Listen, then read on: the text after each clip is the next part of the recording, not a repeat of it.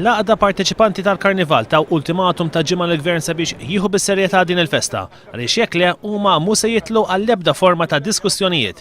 Jekk tgħaddi din il-ġimgħa u l-għaqda tibqa' bla risposta, dan se jkun ifisser it-tmiem ta' din it-tradizzjoni li qorbot lejn il-500 sena tagħha. Aħna l-għaqda ġejna llum hawn biex nagħtu risposta lill-Gvern aħna li jekk sa nhar il-ġimgħa ma jtunux risposta sew xa jsir il-Karnival. Aħna mhux ħanoħdu sehem fil-Karnival ta' dis-sena. Waqt konferenza tal-aħbarijiet il-President tal-għaqda parteċipanti tal-Karnival Jason Busuttil qal illi minħabba l-proġett ta' People Belt huma ma jafux fejn se jsir il-Karnival. Il-post fejn il-Funtana ta' Tritoni ma tistax tintuża. U issa minkejja li wasal Ottubru għadhom laqqas ħarġu l-applikazzjonijiet meħtieġa għall-Karnival illi jmiss. Konsegwenza tek il-karrijiet għadhom ma bdewx jinbnew. Ċertament issa kull ma fadal wieħed jista' jgħid 3 xhur u ftit għaliex ix-xahar ta' frar ma tistax tgħaddu u nistenna li ħadd ma jippretendi li nagħmlu mirakli li xogħol li jħodlok 8 xhur tagħmlu fi 3 xhur.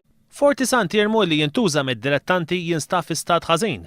F'Pinto Wharf hemm żewġ imħażen illi sa ma jitlesta l-proġett fl-inħawi, il-karrijiet li jsiru fil-marsa ma jistgħux jittieħdu lejn il-belt. Filwaqt li l-imħażen ta' ħalluqa il-post fejn kien jintuża mid-dilettanti iżda dawn ġew żgumbrati mill-Gvern, dan il-post għadu fi stat ta' abbandun.